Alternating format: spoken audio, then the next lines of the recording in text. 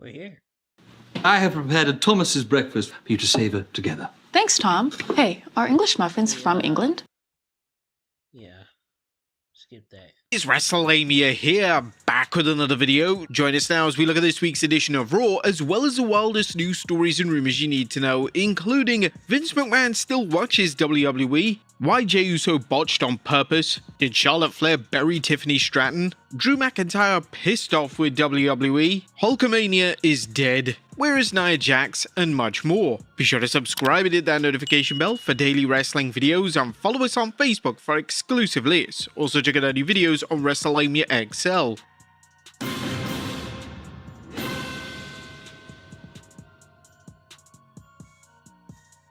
Now, as always, we won't recap the show, but just look at the good, the bad, and the downright ugly. As always, we start off with the good as number 1, Cena embracing his inner heel. John Cena leveled up tonight as he slaughtered the WWE Universe with a cold-blooded methodical promo, making it clear what he's going to do and why. Cena's delivery was pitch perfect as he blasted the fans for their pettiness and exposed how he knew their every weakness, leading to his chilling promise to rip the Undisputed Championship from their hearts and retire as the last real world champion, even hinting at the fact that he might even bring the spinner belt back, a belt that many people ridicule Cena for making the championship into a toy. Now, if Cena ever did bring the championship back, it would be the best heel move ever, as many label it as one of the worst looking championships of all time. Cena even added icing to the proverbial cake, telling fans no one would remember Ric Flair after he won his 17th title.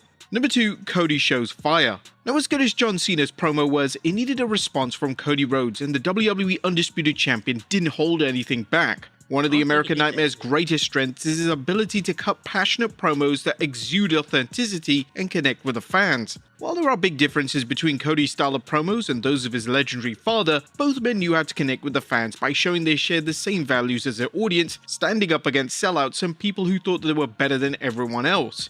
Cody Rhodes continues to take everything John Cena has to say and turn it back on him, which is exactly what a babyface should do without taking the heat off his heel opponent. Cody pulled this off perfectly, reminding Cena he has to take the title from him before he takes it from the WWE Universe. Cody's willingness to fight Cena right then and there, and Cena's abrupt exit defined both characters and the feud's premise. Number 3, teasing a huge program.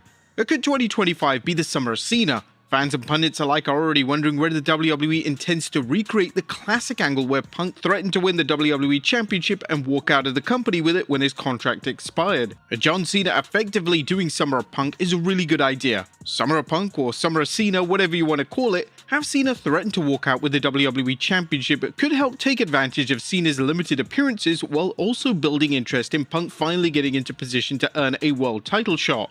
If this happens, it'll be an amazing case of role reversal as Cena plays the role of Punk did back in 2011 and Punk plays the hero, fighting to keep the title in the WWE. Number 4, CM Punk's threat.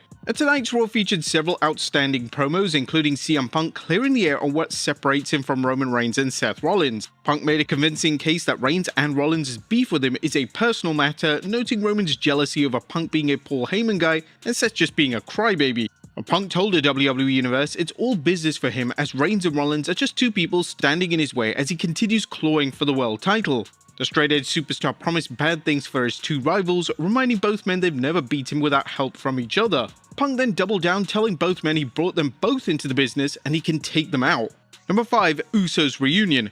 While fans in Glasgow were probably disappointed that TNA World Champion Joe Hendry wasn't Jey's surprise partner, as there was a rumor making the rounds last week, they got to see the Usos reunion as Jimmy showed up to help his highly successful twin brother take out A-Town Down Under. Number 6, Jimmy Uso's brotherly advice. Having Jimmy Uso on Raw was good not only for their tag team reunion, but because Jimmy gave him the tough love he needs, telling him he can't beat Gunther unless he digs deep and channels his inner main event Jey Uso, and the same Jey Uso who won this year's Rumble. Granted, Jimmy Uso challenging Gunther will lead to a predictable finish where Gunther maybe annihilates Jimmy, lighting a fire under Jey, but it's better than having the ring general ambush Jey after another match, something which was old 3 weeks ago. Damn, what about that slap though? They had that shit at the Allegiant Stadium. And another championship main event. Now, anyone concerned that the IC Championship has become yesterday's news since Gunther dropped the title need not worry, as WWE is doing everything it can to keep the shine on the belt Gunther polished to prestigious levels. This was seen tonight as the IC Championship served as Raw's main event for the second week in a row. Not only that, but WWE continues to book the belt as a must-have among WWE wrestlers, giving fans a secondary men's title to invest their time in and create multiple storylines showing wrestlers chasing the gold. But that was a good what about the bad. Is number 1, IYO keeping the belt warm? Until Rhea Ripley loaned the Women's World Championship to IYO SKY until WrestleMania. It's hard to look at things any other way as IYO's title reign has been a dud so far with no significant title offenses and a main role appearing to be getting pie-faced by Rhea Ripley and Bianca Belair. Why is the WWE treating one of its best workers and a true fan favourite so poorly? Sadly, this problem isn't limited to IYO SKY as WWE's booking of the Women's Champion Tiffany Stratton has been equally dreadful. Number 2, a lousy ending. Now, as good as Bron Breakker vs Penta was, the ending was complete garbage. While it's clear that WWE wants to set up multiple opponents for Bron Breakker, especially with rumors that IC Strap will be defended in a match with several wrestlers, you shouldn't be giving fans a DQ ending in a main event match. Fans who spent a small fortune to attend tonight's Raw would have likely felt better with a conclusive finish, even if it meant moving Breakker vs Penta down the card so fans could go home feeling they had their money's worth. Let's not forget, we're on the road to WrestleMania, and we're ending the show with Carlito standing tall. And baffling booking. And while we're discussing the main event, who came up with the idea of the Judgment Day getting Penta L0 disqualified as if it was a reason for him wanting to join the group? While fans not to take anything with 100% certainty with today's WWE product, the idea of Penta joining the Judgment Day seemed unlikely to begin with, and there was zero chance of him joining the faction after they cost him the match. And while no show is perfect, it's amazing how WWE could book multifaceted programs but fail in other championships. Excuse me, sir, would you like to earn income while you learn how to code? Yeah, dog. Tell me more about that. DevSlopes helps you earn income while learning how to code. Programs. That was nothing downright ugly as Raw continued the build for WrestleMania without losing sight of its undercard, many who are unlikely to get the match at the Showcase in the Immortals, but who make Raw worth watching for 3 hours. Right now, the only bad taste in our mouths is the ending to Raw. What do you guys think of Raw? Let us know in the comments down below. Now let's move on to the news. Our first story looks at Vince McMahon still watches WWE. And during his time in the promotion, Vince McMahon would be involved in the day-to-day running of the events and spend countless hours watching the company he helped grow for many years. However, since leaving, does he still watch the current product? Well, according to Sean Ross Sapp of Fightful, Vince still occasionally tunes in to watch WWE. Sapp noted in a Fightful Q&A, "I've not heard about his feelings about anything like that, but I have heard that occasionally he'll watch and stuff like that." Sean reaffirmed that although he watches it, there is still zero connection between him and WWE. I want to say this sincerely, there's no motivation for anybody in WWE to tell me that they have any type of relationship, connection, or conversation with Vince McMahon. Whether it be true or not within WWE, it doesn't serve anybody well to tell me, a reporter, that they have or maintain any relationship with that man, because it just doesn't serve them well. So at least everybody that I talk to claims that they don't hear from Vince, talk to Vince, or anything like that. Nobody I've heard from claims they talk to Vince. That would be interesting to hear what Vince McMahon thinks of the current product. That is with him not being in the driving seat anymore. There have been rumors of Vince launching a new entertainment company, and whilst many believe it to be a new wrestling promotion, that doesn't seem to be the case. Next up, why Jey Uso botched on purpose. Due to Jey Uso's recent trend of botching moves, they proceeded to transition into a new storyline centered around Jey actually botching in a match. Now on Raw, Jey would attempt to go for a spear on world champion Gunther, only for Jey to slip up. Gunther would then take advantage of the situation to get the upper hand. The WWE would directly address the botch by stating that Jey needs to stop slipping, and this is a smart yet unique way of addressing the criticism towards Jey Uso. Fans are convinced that the spear slip wasn't planned or scripted, and this is the exact reason why WWE are doing the storyline, as it's getting the fans talking. Gunther is already poking fun at Jey's blunder on social media, which is another key indicator that this is all a storyline designed to acknowledge the backlash to Jey's recent work in a kayfabe capacity. The slip is designed to make Jey not feel confident in his match against Gunther. Obviously, the payoff here is Jey winning the world title at WrestleMania 41, and Gunther will plant the seeds that the pressure is going to get to main event Jey, but then on the grandest stage, Jey delivers and is able to win the big one. Or at least that's how we see it. Next up, WWE tease Finn Balor face turn. Now, has Finn Balor already turned babyface? Well, despite some heinous actions over the last few years in the Judgment Day, including Balor betraying Judgment Day brother Damian Priest at last year's SummerSlam and costing Priest the World Heavyweight Championship, a recent live event saw Balor playing a complete babyface. Finn went out of his way to greet the fans, high-fiving them and engaging in the behavior you wouldn't expect from a heel. This, along with the rumors, and keep in mind they're just rumors, that have some fans wondering if a face turn is on the way. After all, WWE has a habit of testing things out at live events, as this is a good way to gauge fans' reactions to matches and new storylines such as turns. However, before Finn fans get too excited, keep in mind that the live event took place in Belfast, Ireland, so it could be a case of WWE just letting Finn play up to his hometown. Whatever the case, it was a sweet spot that suggests that as good as Balor is as a heel, a babyface turn shouldn't be difficult to pull off. Next up, Charlotte Flair buried Tiffany Stratton. And did Charlotte Flair break out the golden shovel during a 21st March promo with Tiffany Stratton and bury the current WWE Women's Champion? Fans tuning into SmackDown witnessed the Queen mauling Tiffany on the microphone, and while Tiffany did her best to keep up with Flair, it definitely wasn't Tiffy time. And now some fans are curious whether Flair went into business for herself during the verbal volley. Given past criticisms that Charlotte is pushed too hard and or that she doesn't help her opponents get over, it's a legitimate concern that Flair may have made sure Tiffany didn't shine during her interview segment.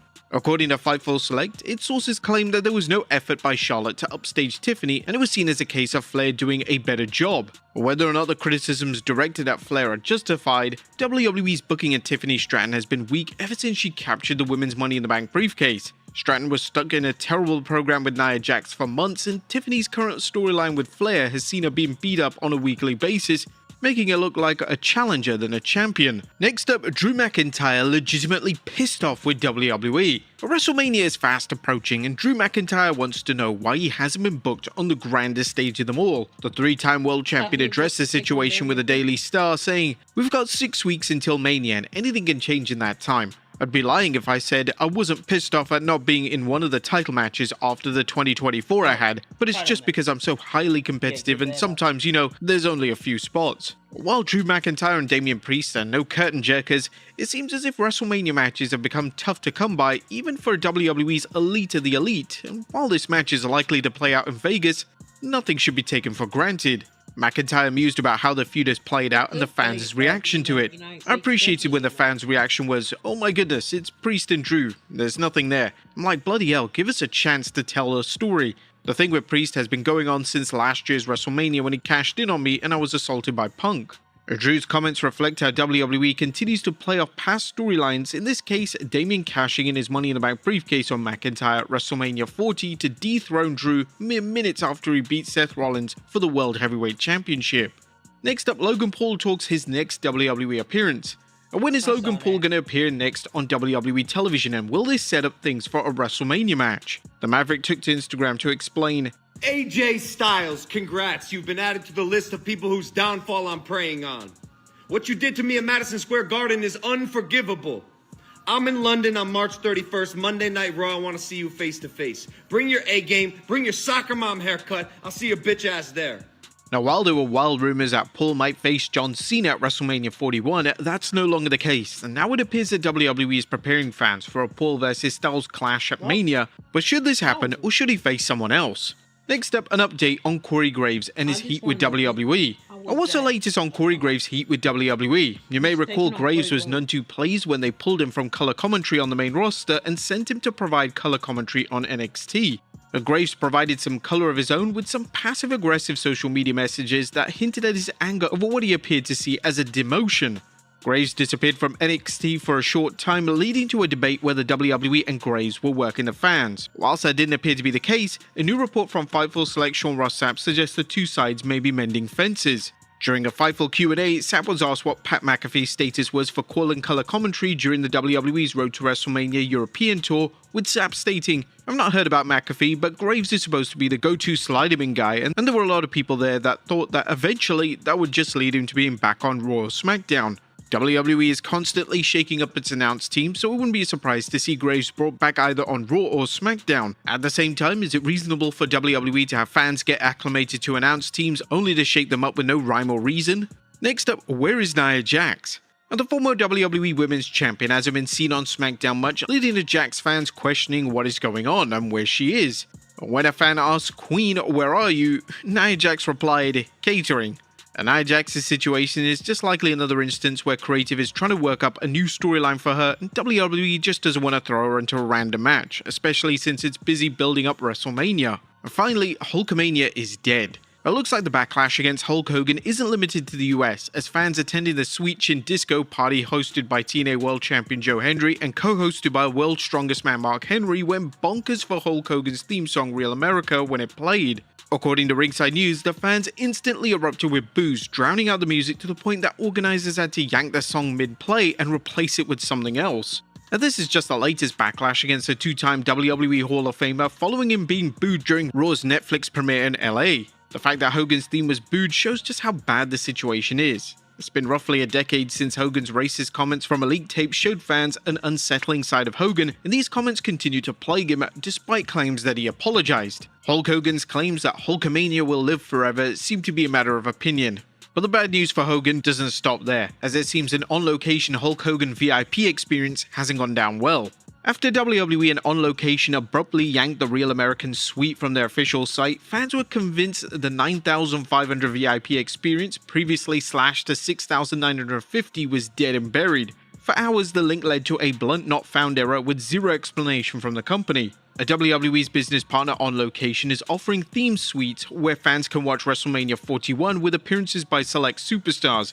In this case, fans willing to dish out $6,950 can watch WrestleMania 41 in a Hulk Hogan themed luxury suite at Allegiant Stadium, including a special meet and greet from the Hulkster himself. Whilst the link was down for a number of hours, it seems to be back up again. But would you spend this much to meet the Hulkster and watch WrestleMania 41? Let us know in the comments down below, and I'll see you next time with some more wrestling content. I'm not really a fan of the Hogan. I don't hate him. I don't hate him. I don't like him nor hate him. It was cool. He wasn't around when I was born in 2000. So if it was Jeff Hardy, nah, I still wouldn't drop it, man. I ain't got. Who got $6,000? It's just around like it's like $6,000. Is that it? I don't have that. Thank y'all for watching. My Assassin's Creed still ain't done yet, so we gonna have to do it.